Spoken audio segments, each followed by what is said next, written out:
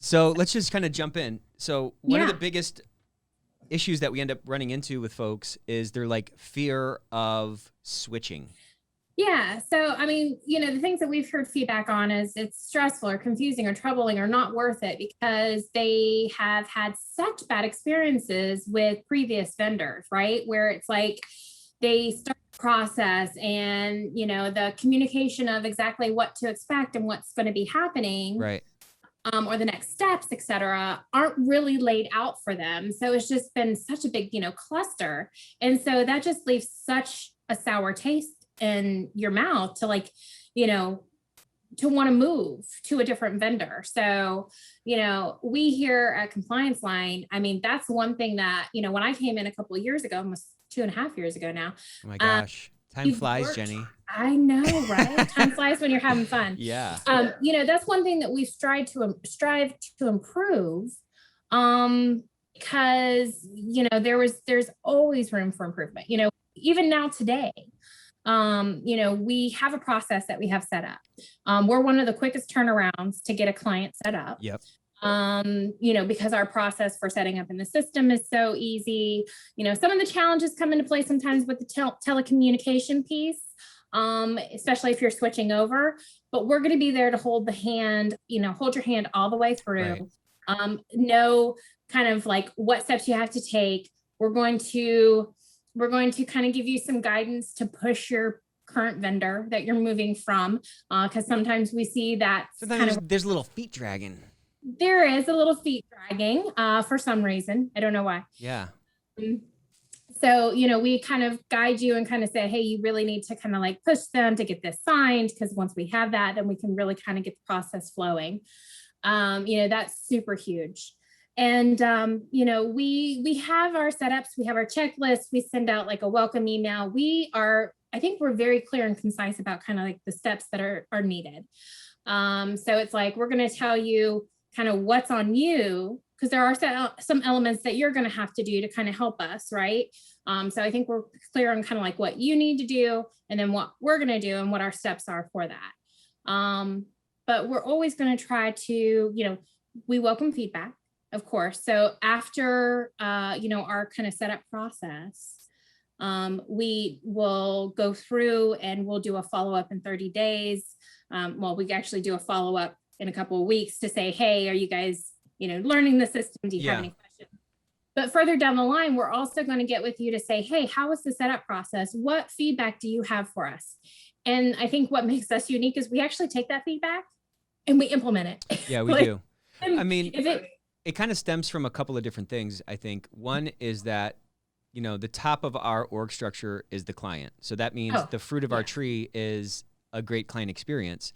Yes. And when we get that contract signed, it's not like, okay, we're done. We're done. Saying that, no, the gun is going off and the race has just started.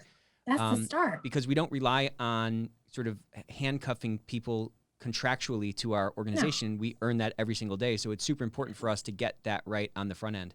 So when you see folks reticent to make that jump, what kind of things do you point to, and what kind of things do you see them like hemming and hawing about or wringing their hands about in anticipation of the pain that they think that they're going to encounter? Yeah, I think a lot of them are not necessarily sure kind of what they need to check. So what we've done, at first, like, what do I need to do to make sure I'm kind of offboarding correctly? Yeah. They kind of have that fear of like, what do I need to do? What do I need to change? What needs to switch?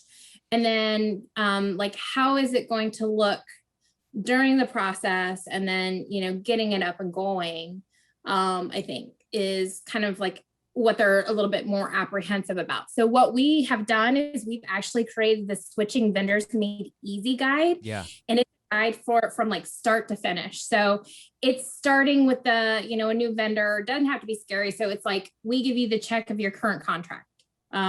We say, go through these elements to make sure you have, you understand your cancel date, the services, upgrades, and what data needs to be transferred, what connections need to be made with sort of existing databases and so forth.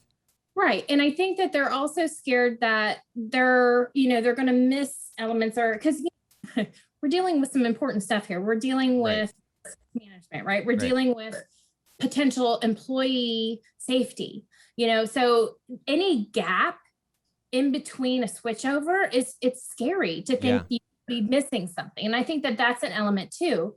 But I think that if they follow this guide and, they can see that if we're hitting all of these, it should it should be in a streamlined process where you're not going to miss anything.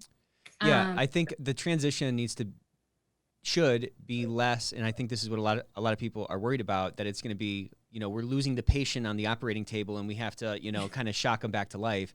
It should be a lot more like a midair refueling where you don't miss a beat. Your calls don't fall through. Your learnings don't, fall off a cliff. Your scans and your monitoring of your client base, it's as if it's totally seamless. And I think the better, again, if we acclimated a little bit differently to this game, and I think if we were putting money before everything else, then the client experience obviously falls below that top slot of profit or whatever, and thus the client experience ends up sort of becoming compromised. But the one thing that we rant and rave about here is that client experience, and I think it shows up on the front end on that switch. It shows up in the hand-holding and in that sort of Sherpa mentality that you and the client success team bring to that switch.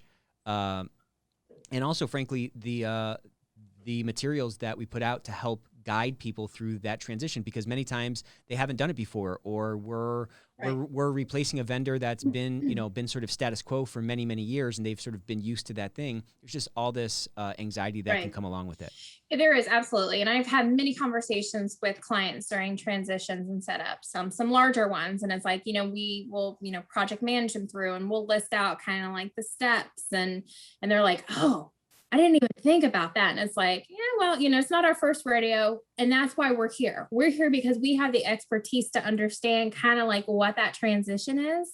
And we're going to ease your mind when we first had that first conversation, right? About what the steps are. Again, it's just that whole open communication piece as well. I mean, just making sure that communication is happening. I think what can happen, and I think about this as a consumer with vendor experiences. And I know that we company with vendor experiences. And this is why I think we as a company have really prided ourselves to ensure that this is like such a great experience, and that it's so easy because of our historical experience with vendors. I said a consumer, it's like, why are you making this so hard? Why am I being passed around to 5 million different people to get this taken care of? Let me have like one person or a group of, a couple people that are, working on my setup. They're going to understand my needs.